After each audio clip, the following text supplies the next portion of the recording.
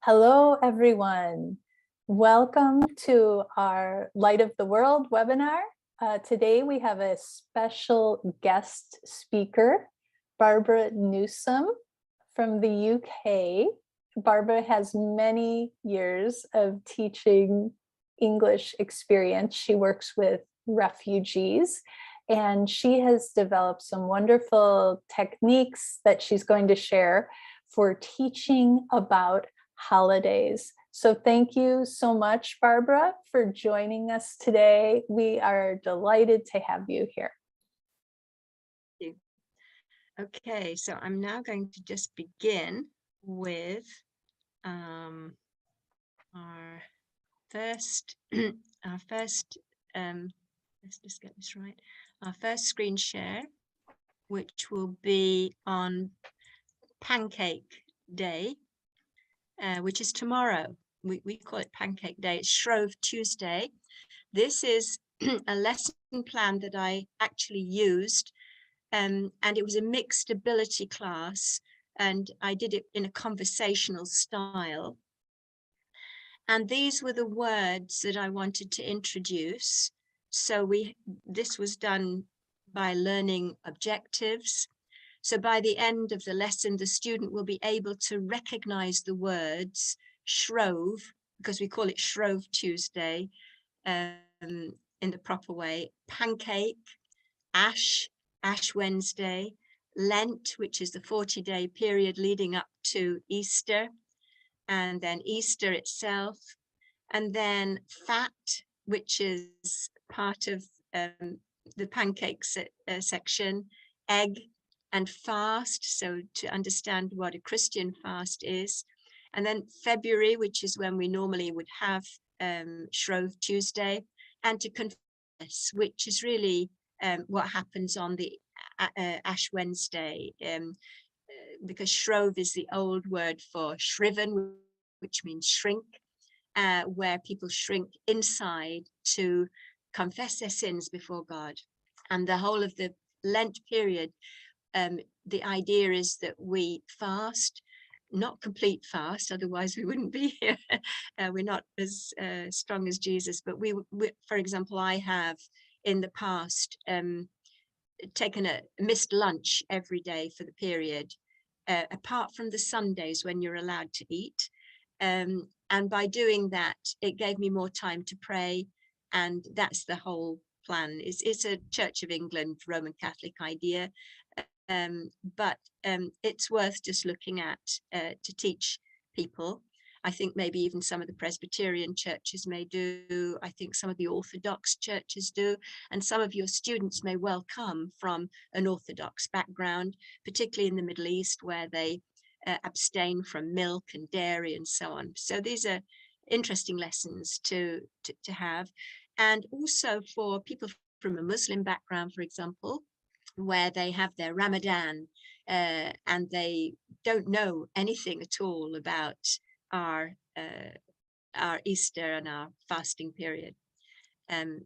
Okay, so I know that we don't all follow, fully the fasting as they used to do in the old days, but we can still look at what it means both in a Christian way and in a secular way for these things. So on this particular occasion, my last lesson had been Valentine's Day and hair. So just to say, if you've got a last lesson to remind them of, just to review it very quickly. And then you introduce your topic and the key vocabulary, which we've just done. And then you introduce the lesson and ask easy English questions to find out what the students already know about the topic, because some may know about it from one way or another, and some have an idea, maybe they've got it wrong, and you can kind of gently guide them into what it really means. Okay. And then I say show and tell about the topic. So there are a variety of ways to show and tell about the topic. You can give the students opportunity to practice parts of the topic, both listening and speaking, and include a worksheet activity that the students can do unassisted outside the classroom. Okay, so then you can ask, yourself, what textbook or internet resources are you going to use? What grammar point are they going to be using? What kind of questions do you anticipate they might ask? So learning skills, how are you going to include listening and speaking through the lesson? And how can you make the lesson student-centered? So materials, certainly I've got some materials I can show you. You can have a look, and you're very, much more versatile, I'm sure, at finding your own through various resources like Free Pick, for example. So assessment, what do your students already know? What do they want to know about it? What have they learned? And how can you record your students' progress? These are issues when you're thinking about showing the students that they have actually progressed. It really encourages them. Vocabulary up to 10. I usually limit the amount of vocabulary between 6 and 10 for any lesson, because even a baby can't learn more than 10 a day, so we have to look at the statistics, and they've suggested a maximum of 10 and probably more like 6 for adults on any lesson. So the pronunciation, what do you think they'll need to practice? And how can you modify your lesson materials to support higher students in the group and to support the lower students in the group? So those are the kind of things that I had to do and accommodate for in adult education teaching. Okay, I'm now going to do another thing just to show you here. So these would be the kind of large print sheets that you could make for if you're in a practical classroom, to cut out as cards on card, and you can gradually introduce this vocabulary for them depending on their level, and so on and so forth. So this was the lesson here, and I did a listening where they had to fill in the words from what I'd already taught them. So Shrove Tuesday is the last day before, there's an L there to remind them it was Lent. And Lent again is the Christian fast for 40 days before Easter. So this is a kind of a fill-in exercise. And at the bottom here, they've got the words to look at and check, which is just another way of making it more challenging for them. Okay, and then the next thing that we can have is actually a pictorial worksheet here where they can see, and you can introduce things like this is a spoon, this is a plate, a bowl, a jug, or a measuring jug, and to crack the egg, to whisk the egg, to sift the flour, and to fry in a frying pan. I know you call it a pan, but in the UK we call it a frying pan. But this is just a worksheet that will remind them. And I had a wonderful opportunity on 2 different classes to actually make the pancakes as a demonstration style of teaching in front of them with a little camping gas burner. And in the back kitchen, my colleagues were kindly making a whole pile of pancakes in the oven so that we could bring them out with lemon and sugar for them to have, which is a favorite way to eat them here. And it just makes a nice ending to a class if you've got that opportunity. If you're online, then this is good. And even if you want to online, you can have your camera fixed and you can do a little bit of preparation in front of the camera, and best not to eat it in front of them. But anyway, you can perhaps save your pancakes for later. But these are good ideas for making an interesting introduction to the pancake day. And then let's just now see what else we have here.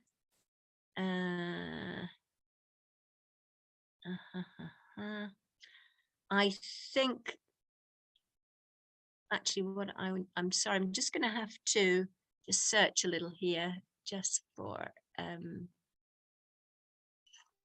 what I need for the next one.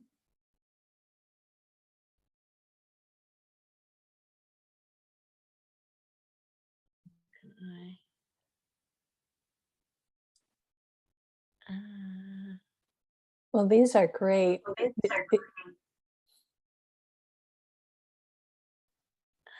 I like the demonstration too. That was really good. Yeah, it's very, very popular. The main thing not to forget though is the fact that you've got a Christian ministry there. You've prayed about the lesson before. You're praying during with arrow prayers, and of course you pray after. And so the whole point of Pancake Day is then to emphasize the shrove and the meaning behind why we have Pancake Day on a Christian basis. I'm sorry, I can't quite find what I'm looking for, so I'm just going to what can I do? I was thinking too that Close that. if I couldn't do the demonstration, I would just show a video of somebody else doing it. Yeah, that's a very good idea. What I'd like to say though is that I'm just going to stop the share a second, just because I can't find what I'm looking for.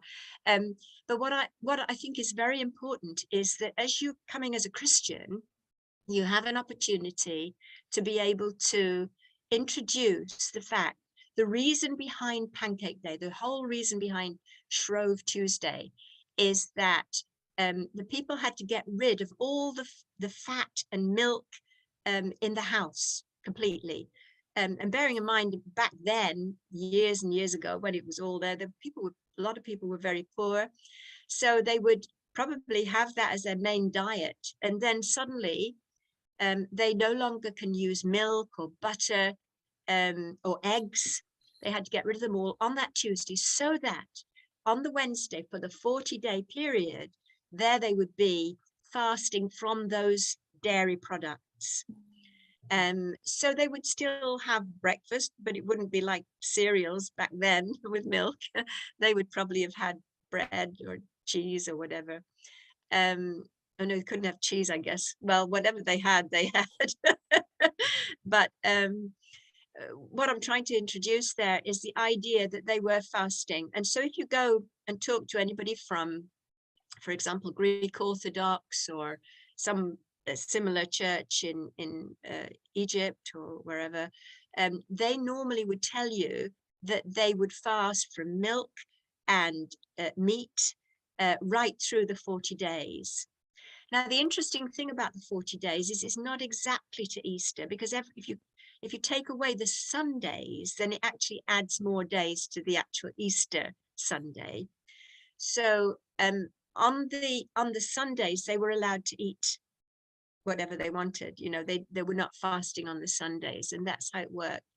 And then Good Friday, I know, for example, from all my growing up years, that the Roman Catholic friends had only fish on Good Friday. Some people fast completely on Good Friday.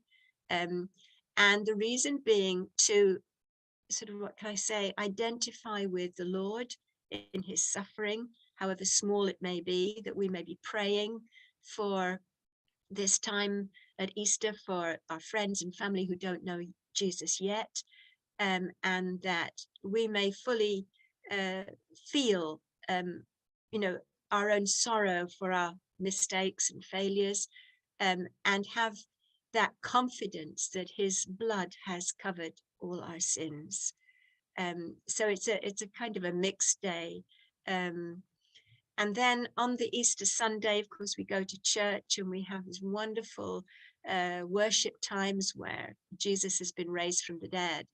So what I like to do is I actually like to go to Free Bible Images and find a film, maybe 2 or 3 films. And they actually, I'm in the fortunate position of teaching only Iranian, so I can find it in Farsi and show them in Farsi. these kind of bits of the Christian side of the story.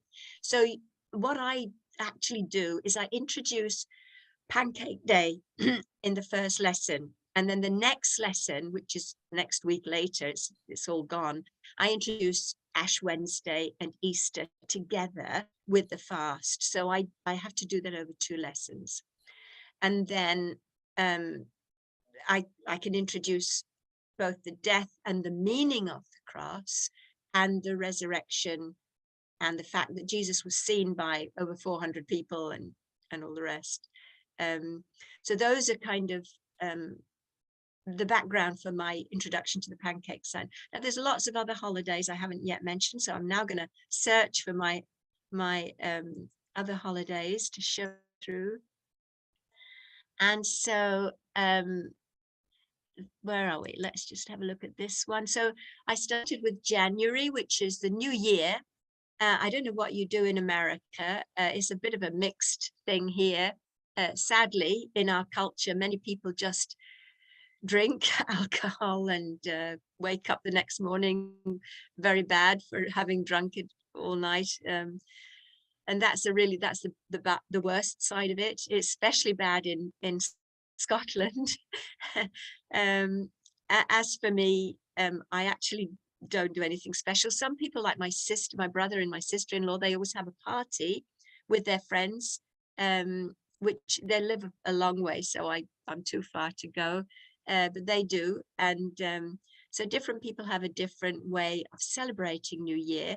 And what you could do to add to that kind of lesson is get some photos from where you live, and just begin to introduce something of the new year.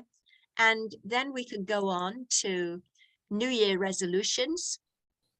And these are some of the kinds of New Year's resolutions that some of the young people who were interviewed gave. For example, teenagers who like to eat less sweets during Lent, and to be kinder to their little sister and to study more.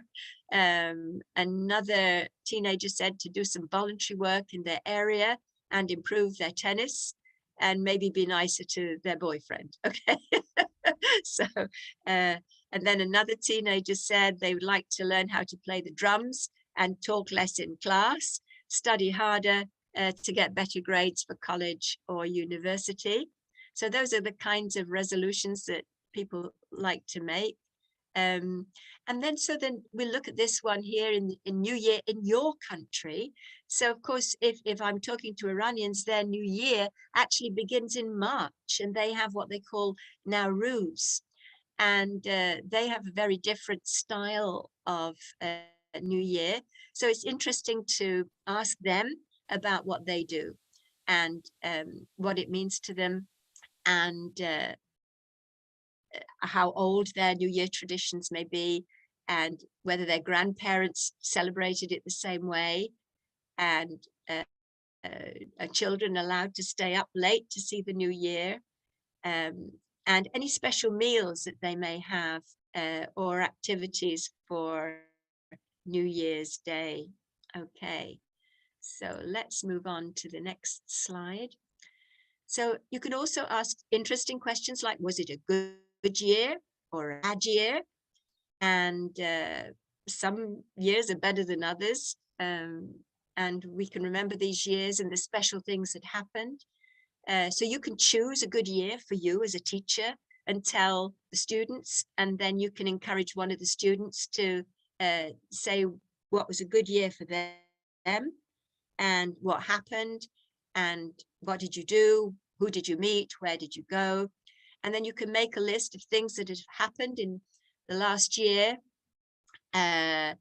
So new friends, fun things I did, key events and moments, fun things I heard or saw, and important lessons that I learned. And you can have the students interview each other in pairs, depending how many students you have online. And then, do you know what happened in the year you were born? Now that's an interesting one. And then find out as much as you can and describe the year to your class. So that might be homework task. Okay, and then we can teach them about making resolutions, and this is just some ideas. People write their resolutions in a diary, in a notebook, or a piece of paper, and write some resolutions. You can ask your students to do that. So he's going to. So your mother, your best friend, your boyfriend, girlfriend, your teacher. So I'm not quite sure, you know, what your student might want to say here about any of their family. And then can you think of funny or serious resolutions for the following people? The leader of your country, a famous musician or singer, or a famous sports star. Okay, so these are kind of ways to make more interest in the lesson that the students are actively involved in. So then we come to Valentine's Day. Of course, we've had Valentine's Day now. And you know what? I've just remembered something I nearly forgot. Well, I did forget. I'm just remembering it now. I hope that's making it better. Okay. So the first Valentine was posted around 1806. A little bit about the history on Valentine's Day. And goes on to the next slide, carrying on with the history. And then I can remember teaching this in a class. This is a famous little poem we did when we were children. Roses are red, violets are blue, sugar is sweet, and so are you. Okay, but this was a bit of fun in the class. And then we went on to, I found this lovely, it was an American, the spelling of honor is not British English, you can see, but it was a nice one because it places Jesus in the heart of the love that we share. So honor Jesus with all your heart, never from our Lord depart. Then you'll know the virtuous way to a happy Christian Valentine's Day. Was really something special. So I'm just going to go now to, actually I've missed one out. It's the next one here, this one. Now the lady I taught English with for the Iranian class, she showed me this one. I'd not seen it before. But John 3:16, using the letters Valentine down the middle. So we had the students try to learn this, which was quite something special. So for God so loved the world that he gave his only begotten Son, that whoever believeth in him should not perish, but have everlasting life. John 3:16. So it's placing again our Christian element, our focus into the class on using the holidays that we have here. Okay, and this was another one. This is crafting the word of God. So this is something you could make or have, you know, several for the students to work with. And it's a circular thing. I've done these before with using for different verbs and different ways of learning. And then so you've got love is, and then it's taking from was it 1 Corinthians 13 or is it 2 Corinthians 13? Being the famous passage on love. Love is patient, love is kind, it does not boast, it does not envy, it always protects, it's not easily angered, and so on. And so this would be another thing that they could make and take home if you organize that. Okay. So, and then I chose some Bible teaching on love, which is, and it's an awful lot. You'd have to select if they were lower level, but then based on this passage, I then prepared some questions. So they read the passage and then they answer the question. So where does love come from? Who has been born of God and knows God? Who is love? God is love. Who does not know God? So you go back to the passage here. Who does not know God? It's here somewhere. Okay. I can't see it now. Whoever claims to love God, yet hates a brother or sister, is a liar. For whoever does not love their brother and sister whom they have seen cannot love God whom they have not seen. So that's quite a big one. And that's actually part of my story as a new Christian when I was learning to read the Bible. And I was challenged that my brother, who used to beat me, did I love him or did I not? And I had to face up to, did I want to really follow Jesus, or was I going to carry on not loving my brother? and it helped me, actually. And my brother didn't change, but I changed. So these are important scriptures that we can teach from, depending. Also, you can add a little of your own story. So this is I seem to have, okay, another section on this Pancake Day. And then there's Ash Wednesday. Okay.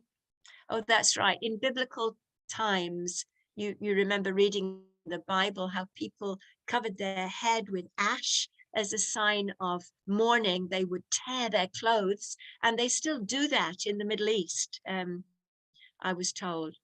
So when someone is heartbroken because a family member has died, then that you would see that in some countries in the Middle East. So ash represents, I suppose, ashes to ashes, dust to dust. When we think of somebody at a funeral, the feeling of our earthliness, our dustiness, our place before God in sorrow.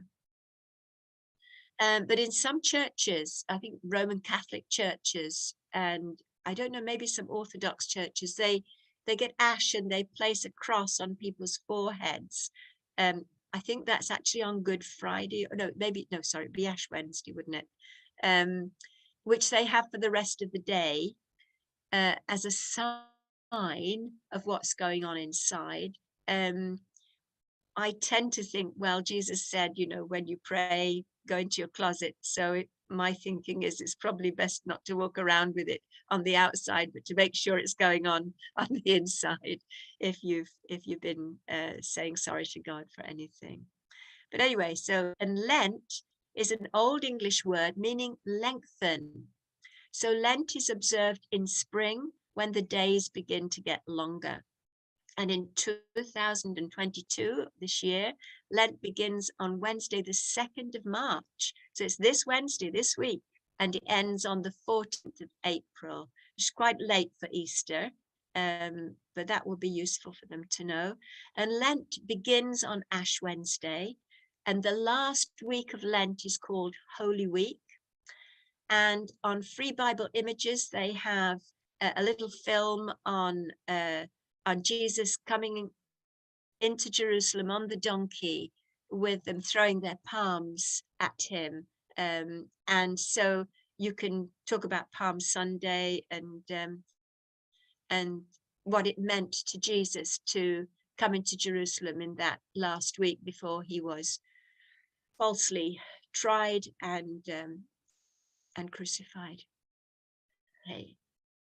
So then seem to have lots on Shrove Tuesday. I don't know where I must have had a lot too many there. Sorry, but anyway.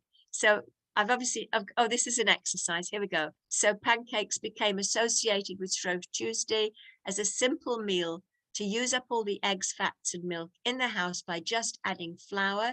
Shrove comes from the verb to shrive, which means to shrink from pride and confess sins. So match the sentence halves to match the facts about Shrove Tuesday. Shrove Tuesday is the day before Ash Wednesday, should say the first day of Lent, is it not? No, for Ash Wednesday. The beginning of Lent, that's F, there you go. I knew it was there somewhere. Okay, it can be on a different day every year, but it's always 47 days before Easter Sunday. Most people in the UK, Ireland, Australia, and Canada call it Pancake Day. 4. People made pancakes on Shrove Tuesday to use up food such as dairy products and eggs. 5, after Shrove Tuesday, people fast from, oh, I've got that wrong, haven't I? Oh dear, sorry. So there we go.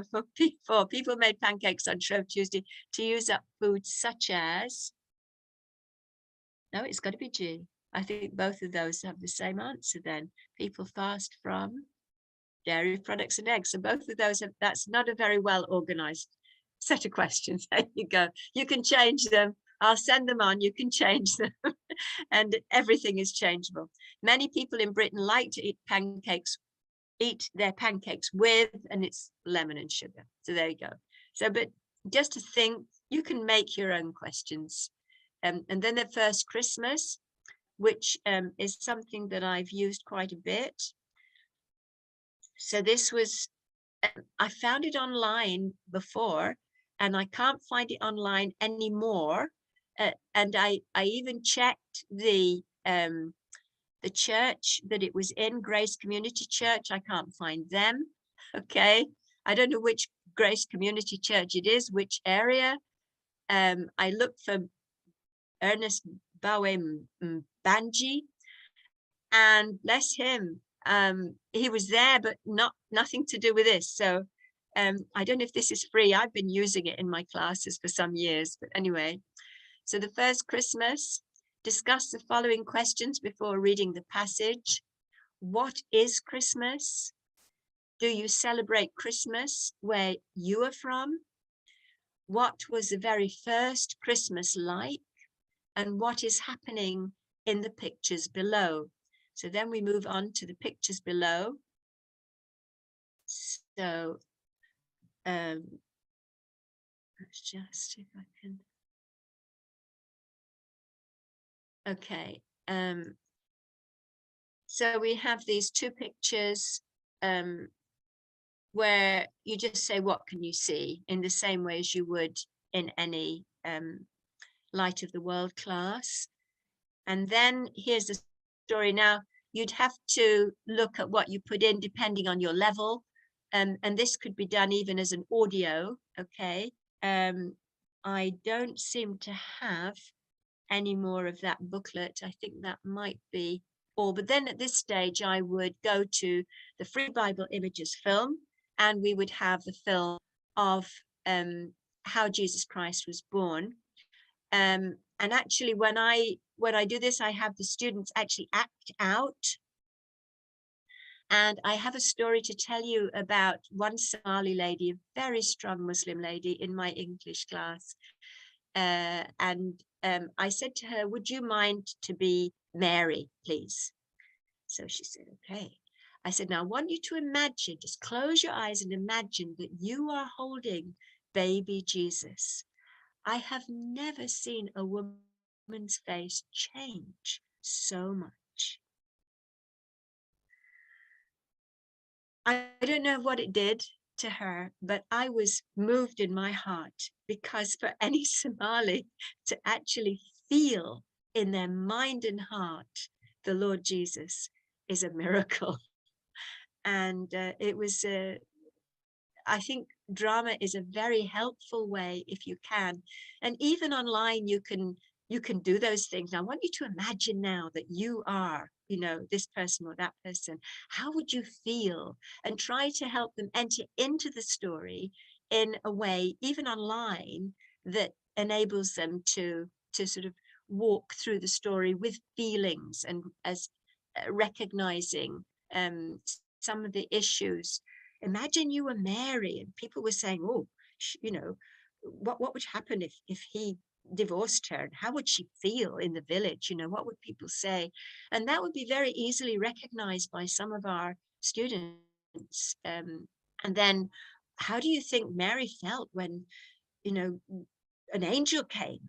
Oh, frightening. Yes, but look what he said. And so you can kind of make more of the story. And one of the things that we did in that same English class where that Somali lady was we taught them a very basic Christmas carol. I can't even remember which one it was, but we had it up on the overhead. and we put the words there. We as a team sung it together, and then we had them say it. We went through the words. What do you understand? What you don't understand? And then we asked them to sing it with us, you know. And so bit by bit, I think we only did 2 stanzas, which is probably too much. But anyway, we had a mixed level group. But these are lovely ways in which you can gently introduce Jesus to people who may have no background whatsoever, and only have, what can I say, a skewed version of Christians in the West, and so on. Or even they've had no Bible at all, no idea of the Bible. What is it? You know, what's in it? And you are gently praying and introducing our Lord Jesus in a way that follows that lovely Bible promise. If I be lifted up, will draw all men unto me. And I think that the holidays are a huge opportunity to do that, you know, however which way we do it. It's to bring together what they see. Otherwise, where do they go with that? Now, Thanksgiving in America is something that we have. Our American friends who live in London, you know, we occasionally get an invite to their Thanksgivings. And when I was at Bible school and we had a whole, like 40 of the students were American, they did a big surprise Thanksgiving for us there. It was just delightful. So I've had a good, what can I say, taste of Thanksgiving in a Christian way. What I found an article on Thanksgiving, was in English. I think it was written by somebody who was British, and I didn't like part of it, so I didn't want to show it to you. But I'm sure you can find online some nice exercise. I can send it to you, but you need to alter it and make it good, because it said it used to be a Christian thing, and I thought, no, it still is. Not for everybody, but for a lot of people, it still is. And it made me angry.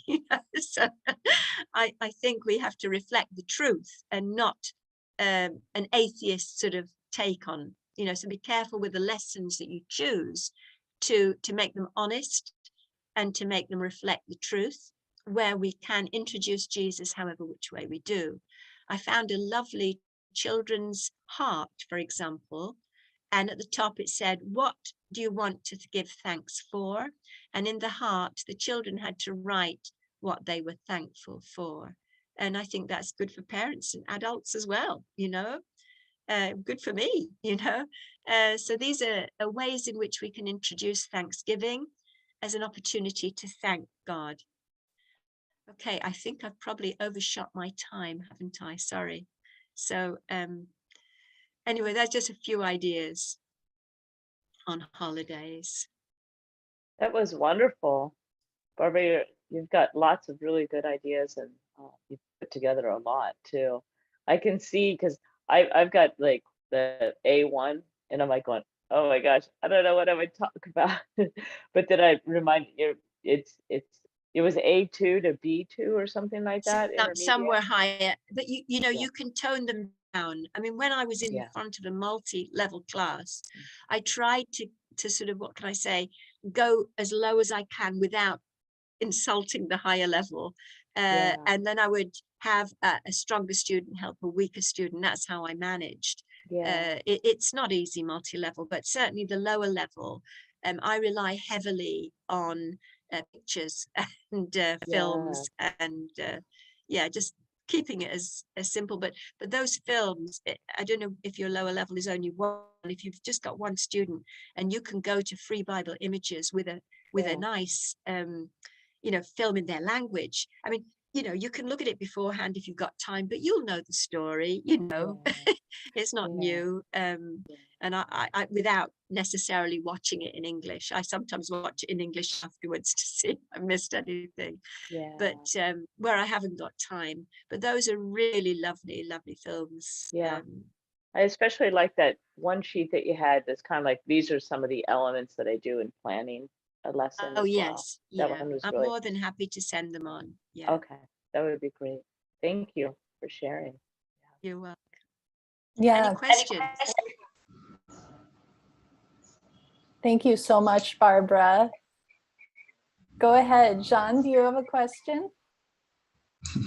Hello, I do not have any question, but I was very excited hearing the little part I've heard. It was so interesting using the holidays in order to teach students to share the love of God through and those kind of topics. I think it is very interesting. Thank you for sharing it. You're welcome. I think when you face a class of Somali women, as I have, and you're just saying, Lord, somehow I've got to show you, you know, and I've done whole projects for 6 weeks leading up to Christmas. Oh boy, did I have some arguments coming Wow. back at me. But in the end, you know, I felt that the love of Christ came through. I needed it. I said, please, you know, love them through me. So it's not always easy, but in the love of Christ, he does the things that we can't do through us when we're open and we pray before, during, and after. Pray. Great, Kurt.